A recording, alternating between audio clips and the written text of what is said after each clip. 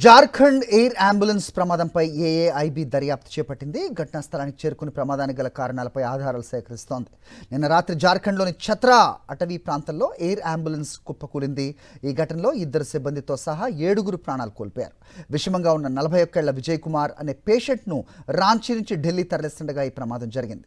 విమానంలో పైలట్లు వికాస్ భగత్, అలాగే సౌరజ్ దీప్ సింగ్, పేషెంట్ సంజయ్ కుమార్, వైద్యుడు వికాస్ కుమార్ గుప్తా, అటెండెంట్లు అర్చనాదేవి, ధురు కుమార్, వైద్య సహాయకుడు సచిన్ కుమార్ మిశ్రా ఉన్నారు.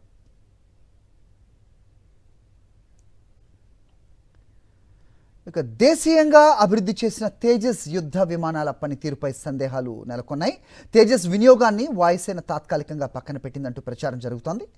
హెచ్ఏఎల్ ప్రతిష్టాత్మకంగా రూపొందించిన తేజస్ యుద్ధ విమానాలు తరచూ ప్రమాదాల బారిన పట్టడంతో ముందు జాగ్రత్తగా ఈ నిర్ణయానికి వచ్చినట్టుగా తెలుస్తోంది. ఫిబ్రవరి 7న తేజస్ విమానం ల్యాండ్ అవుతుండగా ప్రమాదానికి గురైనట్టు వార్తలు వచ్చాయి. పైలట్ అయితే సురక్షితంగా బయటపడ్డా ఆ ప్రమాదంలో విమానం బాగా దెబ్బతిన్నట్టుగా ప్రచారం జరిగింది.